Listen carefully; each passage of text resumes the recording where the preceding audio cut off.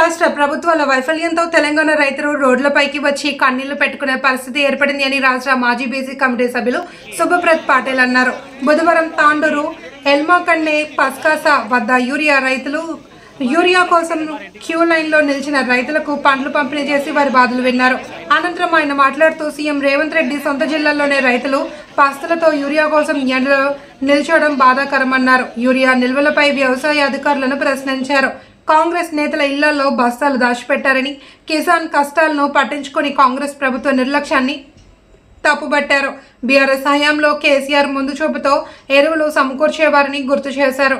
ఎక్కడైనా ప్రభుత్వం రైతులకు వెంటనే సరిపడా యూరియా పంపిణీ చేయాలి అని డిమాండ్ చేశారు.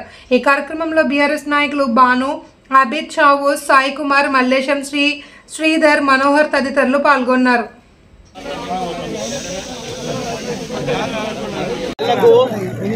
ఉడతా భక్తిగా రైతులకు ఏం చేసినా తక్కువనే. రాష్ట్ర ప్రభుత్వాలు ఈ రోజు చాలా మంది అన్నారు రైతు బంధు ఇస్తే కేసీఆర్ ఎందుకు ఇస్తారు రైతు బంధు ఇచ్చినా తప్పు లేదు, రైతులకు ఏం చేసినా తప్పు లేదు. ఎందుకంటే రైతులు పండిస్తేనే ఈరోజు మనకి, కాబట్టి రైతులకు ఎన్ని చేసినా తప్పు లేదు. వాళ్ళకు ఉడతా భక్తిగా నేను వస్తున్నా, పనులు పాపం వాళ్ళకు ఇన్ని తినకుండా వస్తారు. కాబట్టి ఈ లైన్లలో సొమ్మసిల్లి పడిపోయినటువంటి వాళ్ళని కూడా మనం చూసినాం. కాబట్టి పాపం వాళ్ళకి ఉడతా భక్తిగా నేను ఇచ్చిన దానికి పెద్ద వార్త కాదు.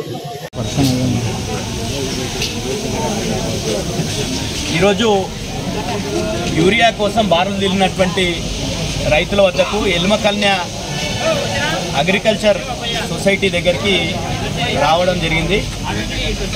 ఇక్కడ వస్తే రైతుల బాధలు చూస్తే వాళ్ళు ఉదయం నుండి బస్తుల నుండి ఇక్కడ లైన్లో నిలబడి ఇచ్చేటటువంటి 2 బస్తాల కోసం 4-5 గంటలు ఇక్కడ వేచి ఉండేటటువంటి దుస్థితి ఈ ప్రభుత్వంలో దాపరించింది.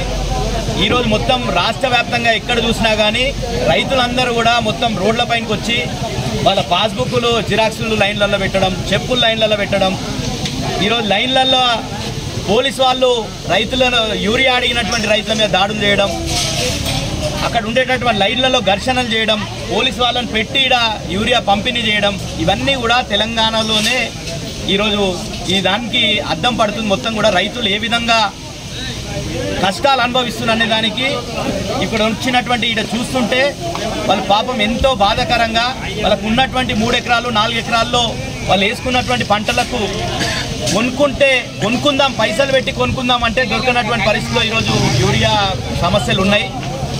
రాష్ట్రానికి కావాల్సినటువంటి యూరియా పూర్తి స్థాయిలో సరఫరా తేవడంలో వీళ్ళు రాష్ట్ర ప్రభుత్వం, ఇవ్వడంలో కేంద్ర ప్రభుత్వం నిర్లక్ష్యం వహించి ఈరోజు రైతులందరినీ రోడ్ల మీద తీసుకొని వచ్చినటువంటి కారణం ఈ 2 ప్రభుత్వాలు, ముఖ్యంగా రాష్ట్ర ప్రభుత్వం, కేంద్ర ప్రభుత్వం.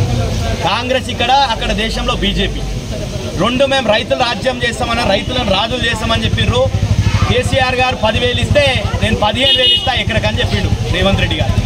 ఈరోజు ఆ 15,000 ఎక్కడ పోనో దేవుడు కానీ ఈరోజు మేము పైసలు పెట్టి కొనుక్కుంటాం, మా పంటలకు ఎరువులు వేసుకుంటాం అని చెప్తే యూరియా బస్తా దొరికినటువంటి దుస్థితి తెలంగాణలో దాపరించింది. ముఖ్యంగా ఇది రేవంత్ రెడ్డి గారి సొంత జిల్లా. ఆయన ఇక్కడనే పక్క కొడంగల్లో ఆయన ఎమ్మెల్యేగా గెలిచి ముఖ్యమంత్రి అయినాడు రాష్ట్రానికి. కానీ ఈరోజు రైతుల పరిస్థితి చూసుకుంటే దీనంగా ఉన్నది. మహిళలు వాళ్ళ ఇళ్లలో వంటలు చేయకుండా వచ్చి ఇక్కడ లైన్లలో నిలబడేటువంటి పరిస్థితి ఎందుకు వచ్చింది? ఈ రాష్ట్ర ప్రభుత్వం ఇండెంట్ పెట్టి 9,80,000 మెట్రిక్ టన్నుల కోసం ఇండెంట్ పెట్టినప్పుడు ఈ రాష్ట్రానికి 6 లక్షల మెట్రిక్ టన్నుల ఎరువులు కూడా సప్లై కాలేదు. గతంలో 10 సంవత్సరాల కేసీఆర్ పాలనలో ఎప్పుడైతే అన్సీజన్ ఉంటుందో ఆ అన్సీజన్లోనే రైతులకు సంబంధించినటువంటి ఎరువులు ముందస్తు ప్రణాళికతోని ఎరువులను తెచ్చుకొని బఫర్ స్టాక్గా రాష్ట్రంలో పెట్టుకొని సీజన్లో, వానాకాలం సీజన్ కావచ్చు, రబీ సీజన్లో కావచ్చు, రైతులకు కష్టాలు లేకుండా ఎరువులు సప్లై చేసినటువంటిది కేసీఆర్ గారి 10 సంవత్సరాల పాలన. ఈరోజు చూసుకుంటే వీళ్ళకు ఒక విజన్ లేదు. వీళ్ళకల్లా ఉన్నదల్లా ఏడ కమిషన్లు తీసుకోవాలి. ఈ రైతుల దగ్గర ఏమైనా కమిషన్ వచ్చేది ఉంటే డెఫినెట్గా వీళ్ళకు కూడా ఎరువులు సప్లై చేస్తుంది. కానీ ఇక్కడ కమిషన్లు ఇచ్చే పరిస్థితి లేదు. కాబట్టి రైతులని మొత్తం కూడా రోడ్ల పాలు చేసినటువంటి పరిస్థితి తెలంగాణలో దాపరించింది. ముఖ్యమంత్రి రేవంత్ రెడ్డి గారు పూర్తిగా విఫలమైండు. ఒక విధంగా ఆయన ఏం చెప్తాడంటే, ఒక సందర్భంలో అసలు రైతులు ఎవరు చేస్తలేరు, సినిమా టికెట్ల కోసం వెయిట్ చేసినట్టు. మీరు సినిమాల కోసం వెయిట్ చేస్తారా? సినిమాలో చూడడానికి లైన్లలో నిలబడతారా? వీళ్ళ రైతులని సినిమా చూసేటటువంటి వాళ్ళతోని కంపేర్ చేస్తున్నాడు రేవంత్ రెడ్డి గారు. ఈరోజు సినిమా అనేది విలాసం కోసం చూస్తారు, వినోదం కోసం చూస్తారు, కానీ ఇది పొట్ట తెరువు కోసం, ఒకరి పొట్ట నింపడం కోసం. ఈరోజు మనమంతా మన నోట్లకు 5 ఏళ్ళు పోతున్నాయంటే ఈ రైతులందరూ కూడా పంటలు పండిస్తే మన నోట్లకు 5 ఏళ్ళు పోతున్నాయి. రేవంత్ రెడ్డి గారు అది మర్చిపోయి సినిమా టికెట్ల కోసం నిలబడ్డట్టు రైతులు ఎరువుల కోసం నిలబడుతున్నారు. మొదటి వాళ్ళకు చివరి వాళ్ళకు సేమ్ టైంలో దొరకదు కాబట్టి రోడ్ల మీద తిరుగుతున్నారు రైతులు. అది చూసి మిగతా పక్షాలంతా కూడా ధర్నాలు చేస్తున్నాయి అని చెప్పి ఇంకా కూడా ఇక్కడ ఉన్నటువంటి లోటుపాట్లను గుర్తించకుండా రేవంత్ రెడ్డి గారు మాట్లాడుతున్నారు. రేవంత్ రెడ్డి గారు మేము ప్రశ్నిస్తున్నాం, నీకు ఎరువులు తెలంగాణ రాష్ట్రానికి వర్షాకాలానికి ఎన్ని ఎరువులు కావాలి, ఎన్ని మెట్రిక్ టన్నుల ఎరువులు కావాలి, ఎన్ని మెట్రిక్ టన్నుల ఎరువులు వచ్చినాయి? దీనికి కారణం మీ ప్రభుత్వం నిర్లక్ష్యం ఉంది, కేంద్ర ప్రభుత్వ నిర్లక్ష్యం ఉంది. దీన్ని ఒప్పుకోవాల్సినటువంటి అవసరం ఉన్నది. రైతులు ఇక్కడ పని లేక ఇక్కడ వచ్చి తిరుగుతున్నారా?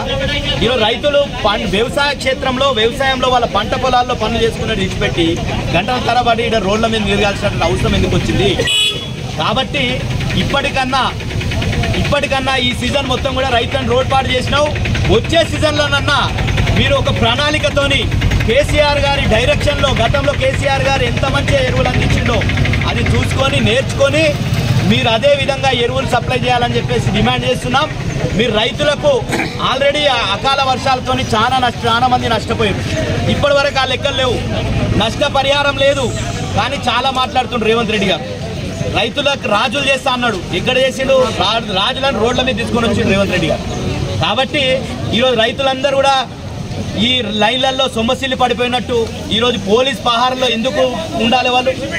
కాబట్టి ఇట్లాంటి నిర్లక్ష్యమైనటువంటి వైఖరిని ప్రభుత్వం విడనాడాలి.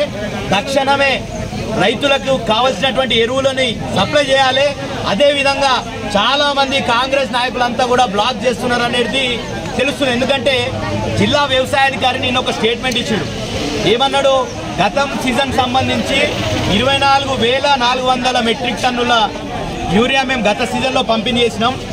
ఈ సంవత్సరం 21,000 మెట్రిక్ టన్నులు ఆల్రెడీ పంపిణీ చేసినాం. అంటే ఈరోజు ఆయన చెప్పిన లెక్కలో 90% పనిచేసినాం అంటున్నారు. ఇక్కడ రైతులను అడుగుతానేమో వాళ్ళకి ఇప్పుడే ఈరోజే వచ్చినాం, మేము ఈరోజు 2 బస్తాలు ఇస్తున్నారు, మాకు 10 బస్తాలు కావాలి, 8 బస్తాలు కావాలని అడుగుతున్నారు. కాబట్టి ఇదంతా బ్లాక్ మార్కెట్లో ఎక్కడ పోతుంది? దీని మీద కూడా వ్యవసాయాధికారులు చర్యలు చేపట్టాలి. రేవంత్ రెడ్డి గారు చర్యలు తీసుకోవాలి. ఎవరైతే నాయకులు అధికారులతో కుమ్మక్కై బ్లాక్ మార్కెటింగ్ చేస్తున్నారో వాళ్ళ మీద కూడా చర్యలు చేపట్టాలని చెప్పేసి బీఆర్ఎస్ పక్షాన డిమాండ్ చేస్తున్నాం. తొందరగానే ఎరువులు తొందరగా సప్లై చేయాలని కూడా బీఆర్ఎస్ పక్షాన డిమాండ్ చేస్తున్నాం.